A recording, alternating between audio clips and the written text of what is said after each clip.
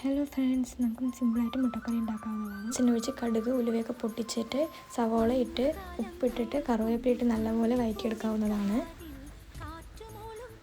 എന്നിട്ട് മഞ്ഞൾപ്പൊടി, മുളക് പൊടി, മല്ലിപ്പൊടി എല്ലാം ഇട്ട് നല്ലപോലെ മൂപ്പിച്ചെടുക്കാവുന്നതാണ്. നല്ലപോലെ മൂത്ത് വരുമ്പോൾ നമുക്ക് അതിലേക്ക് ലേശം പുളി ഒഴിക്കാവുന്നതാണ്. ആവശ്യത്തിനുള്ള പുളി ഒഴിച്ച് പുളി നല്ലപോലെ തിളച്ച് കുറുകി വരണം. നല്ലപോലെ പുളി തിളച്ച് കുറുകി വരുമ്പോൾ നമുക്ക് മുട്ട ആവശ്യത്തിനുള്ളത് പൊട്ടിച്ചൊഴിക്കാവുന്നതാണ്. നമ്മുടെ ആവശ്യം അനുസരിച്ചിട്ട് മുട്ട പൊട്ടിച്ചൊഴിച്ചതിന് ശേഷം അത് നല്ലപോലെ ഒരു 5-10 മിനിറ്റ് മാറ്റി വെച്ചിട്ട് നമുക്കൊരു തേങ്ങാപ്പാൽ ഒഴിക്കാവുന്നതാണ്. ഞാൻ ലേശം വെള്ളവും കൂടി ഒഴിക്കുന്നുണ്ട് കേട്ടോ. ചാറിനനുസരിച്ച് നമുക്ക് വെള്ളം ഒഴിക്കാവുന്നതാണ്. വെള്ളം ഒഴിച്ച ശേഷം നല്ലപോലെ ഇളക്കുക. 2-3 തള വരുമ്പോൾ നമുക്ക് ഓഫാക്കാവുന്നതാണ്. ഈ റെസിപ്പി എല്ലാവരും ട്രൈ ചെയ്തിട്ട് കമൻറ്റിലൂടെ ഫീഡ്ബാക്ക് അറിയിക്കാവുന്നതാണ്. എൻ്റെ ചാനൽ ഇഷ്ടപ്പെട്ട സബ്സ്ക്രൈബ് ചെയ്യുക, ലൈക്ക് ചെയ്യുക.